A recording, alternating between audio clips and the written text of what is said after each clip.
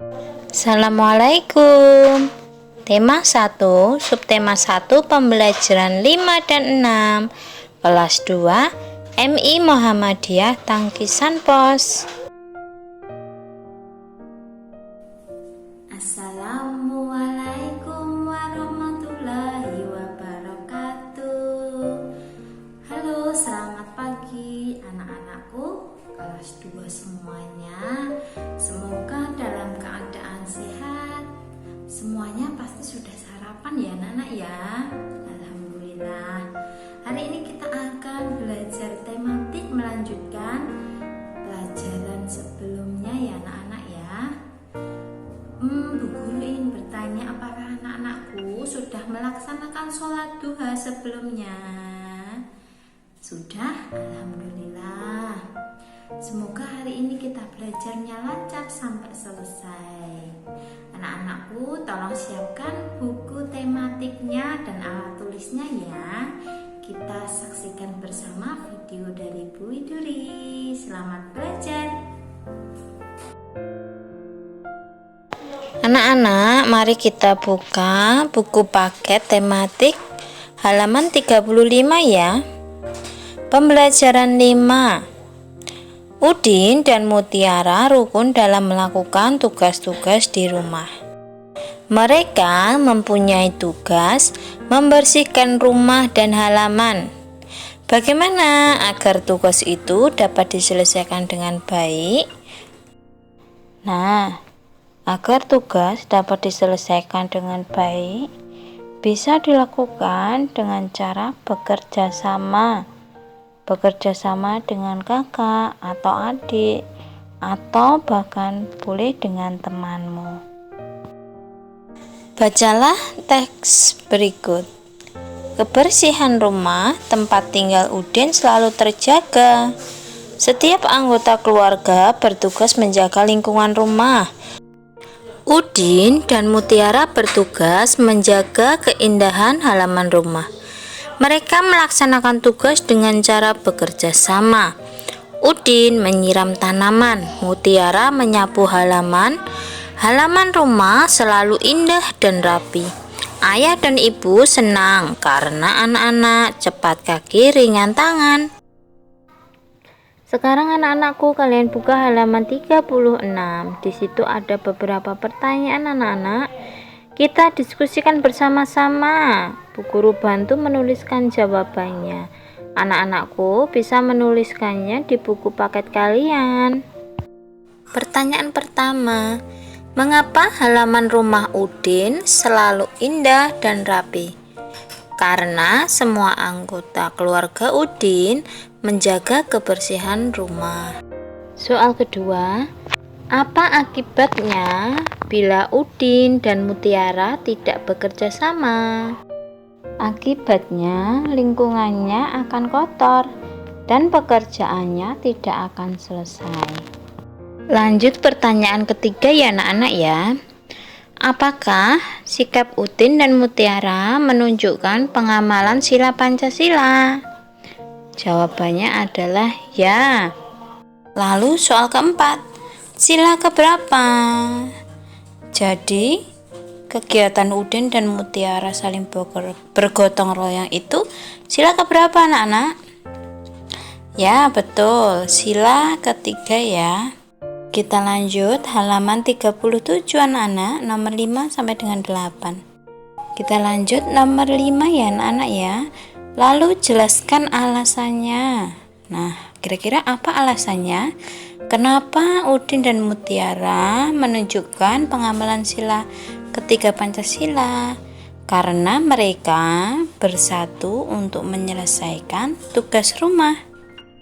Soal yang keenam anak-anak. Menurut pendapat kalian, apakah Udin dan Mutiara mengamalkan sila ketiga Pancasila? Jelaskan alasannya. Jawabannya iya. Udin dan Mutiara mengamalkan sila ketiga Pancasila. Jelaskan alasannya.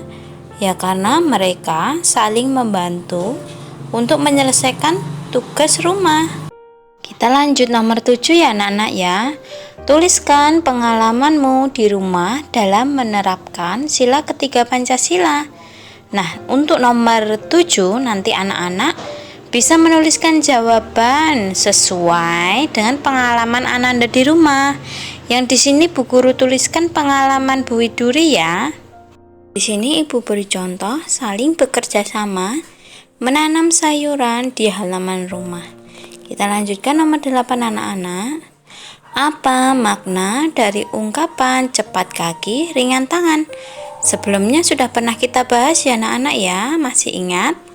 Jawabannya adalah suka menolong atau senang membantu. Selanjutnya masih di halaman 37 anak-anak. Coba anak-anakku kalian baca kalimat nomor 1 hingga nomor 5 anak-anak. Lalu carilah kata ungkapannya. Perhatikan halaman 38 menuliskan arti ungkapan anak-anak. Nomor 1, rendah hati, tidak sombong. 2, buah hati adalah anak.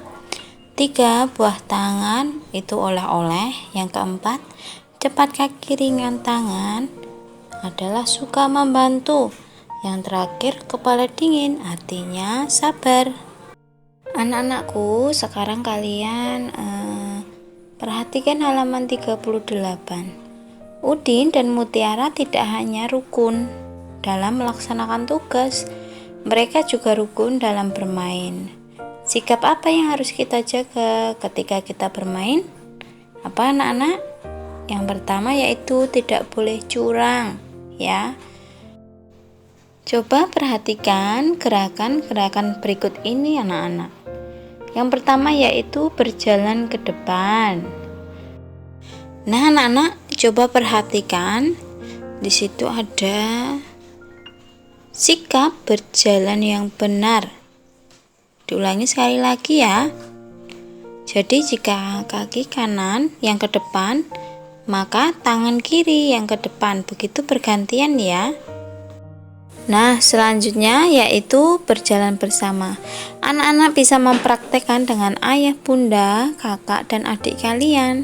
Lanjutkan pembelajaran 6 anak-anak halaman 40. Sikap saling menghargai diperlukan untuk menjaga kerukunan di rumah.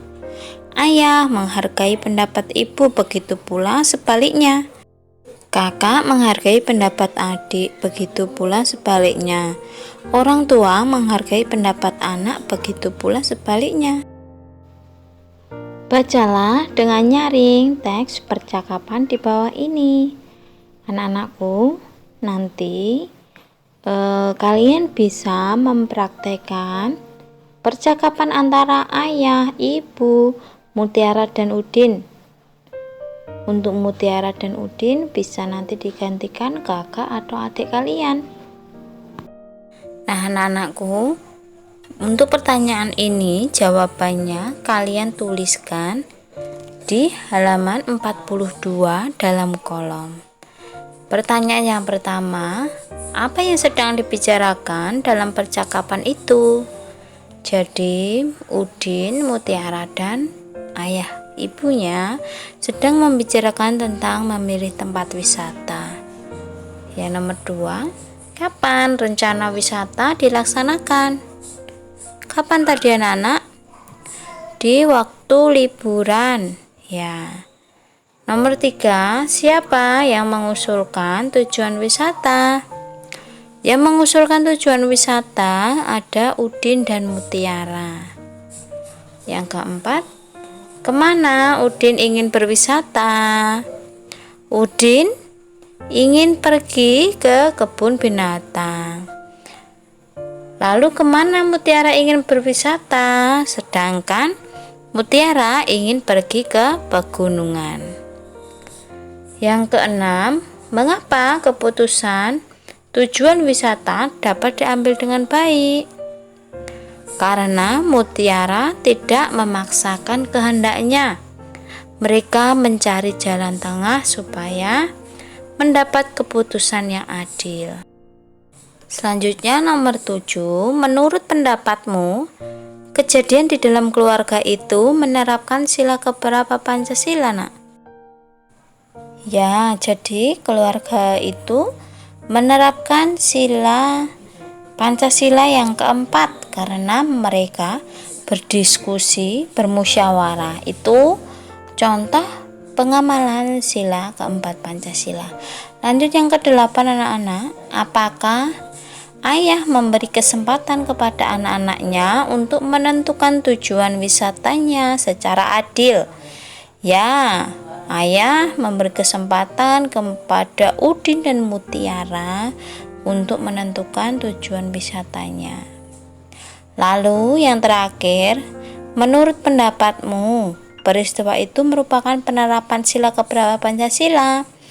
Ya, jika membicarakan tentang ayah yang memberi kesempatan kepada anak-anaknya, artinya bersikap adil, itu merupakan contoh pengamalan sila kelima. Lalu, tentang pengambilan keputusan secara musyawarah, itu merupakan contoh penerapan sila Pancasila yang keempat.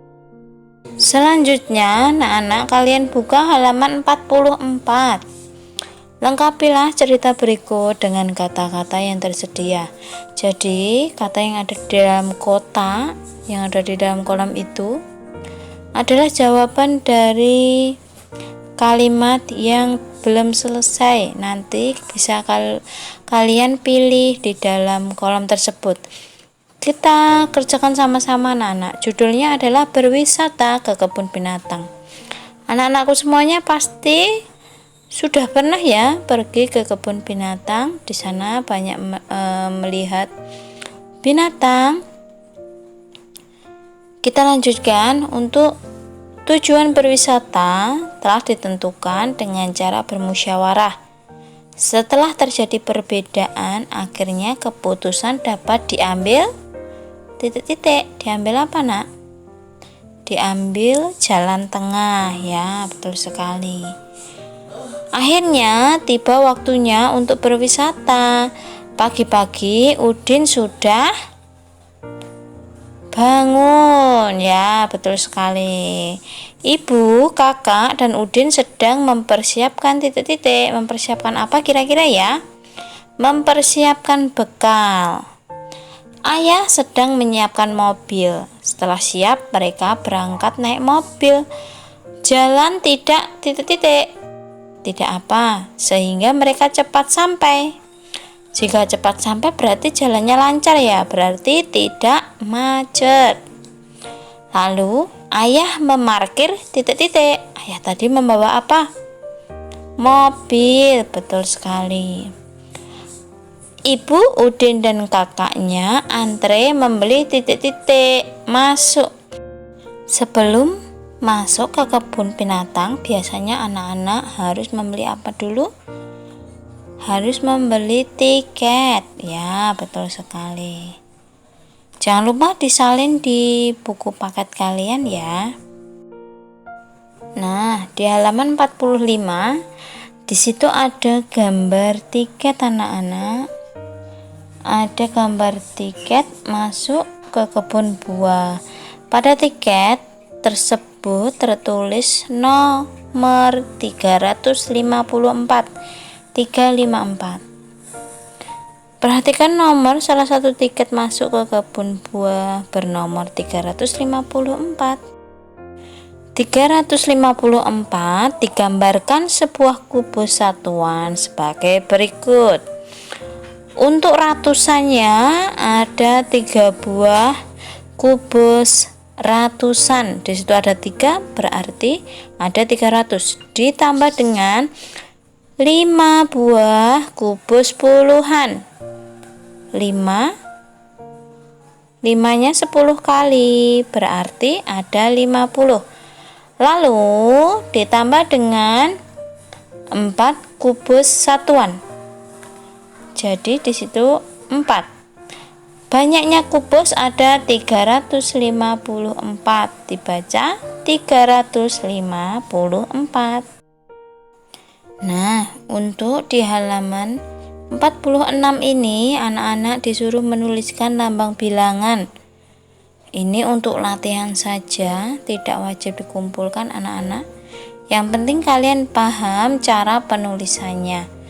Contoh di halaman sebelum-sebelumnya sudah banyak ya. Nanti kalian bisa pelajari lagi. Jika ada kesulitan boleh tanya dengan orang tua atau boleh bertanya dengan Bu Widuri.